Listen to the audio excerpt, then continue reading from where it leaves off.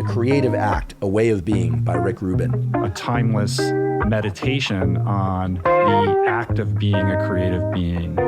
It changed my life more than anything else that has ever changed my life. The Creative Act is a new book by Rick Rubin, in which he distills his advice and philosophy from a lifetime spent in the studio. In this video, we're going to look at 3 key takeaways that I found valuable from the text. Now, I'd love this piece to be more of a discussion starter than a personal essay, so if anything gets your own ideas flowing, be sure to let us know down below. This is Creative Minds, and as usual, drop a like if the video is valuable to you, and thanks for watching. What makes an artist great happens not in the making. It happens in the way of being in the world. Throughout the book, Rick outlines his ideas on how an artist's work is inherently linked to the way they move through the world. Living life as an artist is a practice, Rick writes. We tend to think of the artist's work as the output. The real work of the artist is a way of being in the world. Now, I wanted to explore this concept further through an interview of Rick himself, discussing how his relationship with his own physical expression opened up further space and understanding for his creative approach. First person I ever went into a sauna with was Chris Chelios, who was really a fanatic. Started doing sauna with him, and then Laird invited me to start training at the gym. I lost weight, I got fit, my life changed, and then started doing the ice and sauna was another part of it. And I would say that the number one thing that it did was put me in a great mood. I've always lived in my head. I never lived in my body. I always lived in my head. Now I started feeling like I had a body to go with my head, and it was an interesting feeling, having never had that before. Now, it's super interesting for an artist to think about how their physical expression relates to their creative practice. But with a nod to that, I wanted to pull up a conversation between Rubin and Kendrick Lamar, discussing Lamar's reliance on an entirely free habit of his own, and one that he finds deeply valuable for his work. In one of your lyrics, you mentioned meditation. Do you have a meditation practice? Yeah, man. I have to have at least 30 minutes to myself. Nice. If it's not on a daily, every other day, to just sit back, close my eyes, and absorb what's going on. You know, the space that I'm in. You know, and that 30 minutes helps. That 30 minutes helps where I can totally zone out and not think about my next lyric. You know. It gives me a restart, a jump start, and a refresh, and lets me know why I'm here doing what I'm doing. Kendrick's use of meditation allows him to disengage, build mental space, and bring a fresh perspective to his work. Now, where you position yourself in terms of the spiritual aspects of meditation is up to you, but I have found value in what the practice can offer me in the past. As a quick addition here, in the description, I'm going to link some breathing exercises that have helped me in the past when trying to get into that state of meditation. The more we can get in tune with the harmony of the planet, the more our art can benefit from that relationship. Now we've looked at a few practical ways to build our lifestyle, I want to move further into the book and Rick's discussions around intention and mindset. As artists, Rick writes, we seek to restore our childlike perception, a more innocent state of wonder and appreciation. The way of experiencing the world, the way of noticing the thing that someone else doesn't notice, the way of seeing what's beautiful when everyone else sees the mundane. We get to walk around in awe all day and have our breath taken away, and then we get to portray that in something where someone else hopefully could have that same sense of awe from something we made. These ideas around awe can be powerful to consider as an artist, and Rubin gives us a number of practical ways we can try to do this. Broadening our practice of awareness is a choice we can make at any moment, he writes. In service of this robust instinct, consider submerging yourself in the canon of great works. There's no standard list, no one has the same measures of greatness. Now, I think we all know this feeling when something you see or listen to has a profound effect on your own work.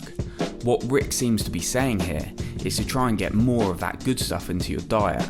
But there are a few different ways we can search for these quality inputs and use them to get us into the state we desire for creativity. And to look at this, I want to jump into some words from DJ, music historian, and drummer Questlove. I challenge myself every day to discover 100 songs I haven't heard before. I'll just pick one song, and then you'll scroll to the bottom, and it'll say, listeners also listen to blah, blah, blah, blah, blah. And then you pick that song, and then you scroll to the bottom, and you just get lost in a rabbit hole. I call it pruning because I will compartmentalize all those 100 songs to where they should go, figuring out which key a song is in and all that stuff. So I make sure that no day goes by in which I don't discover 100 new songs. Quest fills that space in his day with a set process. When he gets to the studio then, he's had that mind-opening experience behind him and hit a daily benefit that's going to compound over time. And I can totally see the value of managing inputs in my work as a filmmaker. Spending regular time with those people that inspire us, as well as pushing ourselves to explore new things in the space, is always going to nourish and guide our thoughts around notions of personal taste and what we understand as excellence. The objective is not to learn to mimic greatness, Rick writes, but to calibrate our internal meter for greatness, so we can better make the thousands of choices that might ultimately lead to our own great work. We can live in a way where we're living in an artful way, where we're engaged and paying attention, making each choice count, or we can live in a almost like sleepwalking through the day, which many of us do. Moving on to the final concept now, and I want to explore something that I think is super relevant to our own practice, especially now in the modern world, where there are so many ideas and expectations around how we should and shouldn't do things, and at the same time, a huge amount of freedom and scope to explore new ways of living and working. As a quick note, if you're enjoying the video, consider dropping a like down below now. It helps to let me know that the content is connecting with people, as well as helping to support the growth of this channel. This man can't be stopped. He should be considered alarming and dangerous. I'm just being true to what I like. Back to the book now, and our final passage to explore. Here we see Rick discussing rules and limitations. The rules artists learn are different, Rick writes. They're assumptions, not absolutes. They describe a goal or method for short-term or long-term results. They are there to be tested, and they are only of value as long as they are helpful. In art, it's different because the rules are there as a scaffolding to be chipped away as need be. Sometimes they're helpful, sometimes they're not. We're going to make a painting, but we're only going to use green and red are the only colors we're allowed to use. We decide that in advance. And then how do we solve the problem knowing all we have is green and red? Limiting your palette to something manageable forces you to solve problems in a different way. Now, a few ideas come to mind here when thinking about the use of limitations in art. When I was younger, I remember a hip-hop song caught my attention by using a subsequent letter of the alphabet at the beginning of each bar. Artificial amateurs on it all amazing. Analytically, I assault, animate things. Broken barriers bounded by the bumpy. Buildings are broken, basically I'm bombarding. This song shows the hook and creative lever of a very direct form of limitation on the writing process. But there's another artist through which I want to explore this idea further, and that's James Maynard from the band Tool.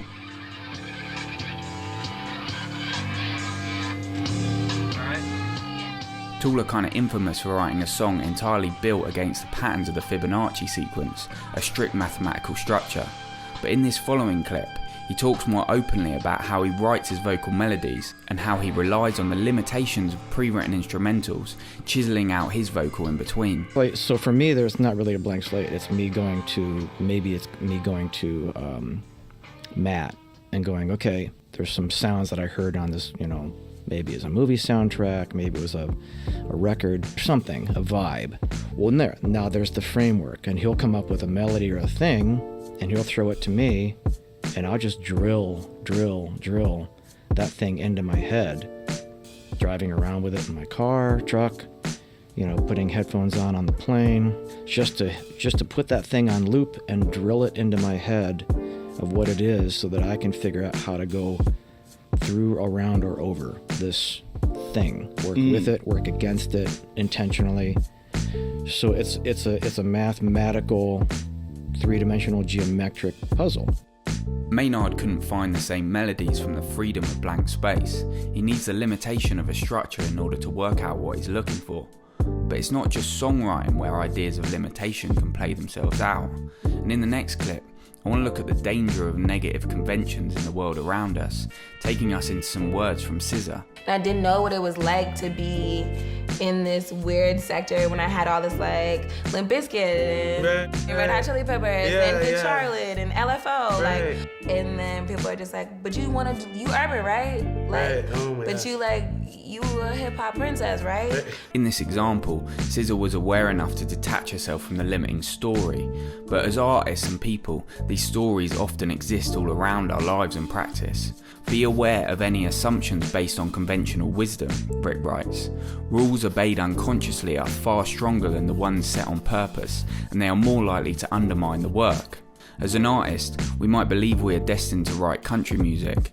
We might tell ourselves we do our best work at 5:30 PM, or decide we're going to paint for a whole year, based exclusively on the pottery of 13th century China. Now these ideas might be good ideas or bad, but what I think Rick is saying here is that the key is to be able to explore these ways of working, whilst building a practice of awareness that allows reflection and a space for change. It's no good if you're not aware, even if you're positive. You could be emulating something positive. That's no good. You know, it's good when you're aware. I'm aware that I'm bad. I'm aware that I'm happy. I'm aware that I'm sad. I'm aware that I'm, old. I'm aware that I'm new. When you're aware, that's good. That could take you everywhere. This awareness allows us to question stories, build and explore lifestyle changes, and find routines and structures that work for us, whilst remaining reflective enough to stand back and question whether these tools are serving us over time. Now there's many ways in which we can practice this ability of awareness or detachment, and maybe we can jump into some of these on this channel in the future.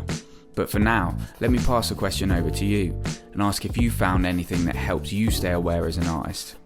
We assume this information, then this discovery is true based on everything that came before it. There are a lot of assumptions that go into it, and that any new discoveries are essentially built on top of these beliefs, but they're beliefs.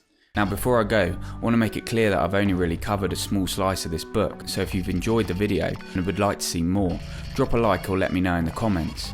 As for now, I'm going to play this one out with some shots of a younger Rick and music from one of the artists from this community. If you're interested in getting your own music played in these videos, I'll put details of how to do so in the description. And if you dig this song, there's links to loads more stuff this artist is doing in the description. There's nothing more for me to say now than thanks for watching this video. See you next time, and peace in whatever creative projects you're working on this week.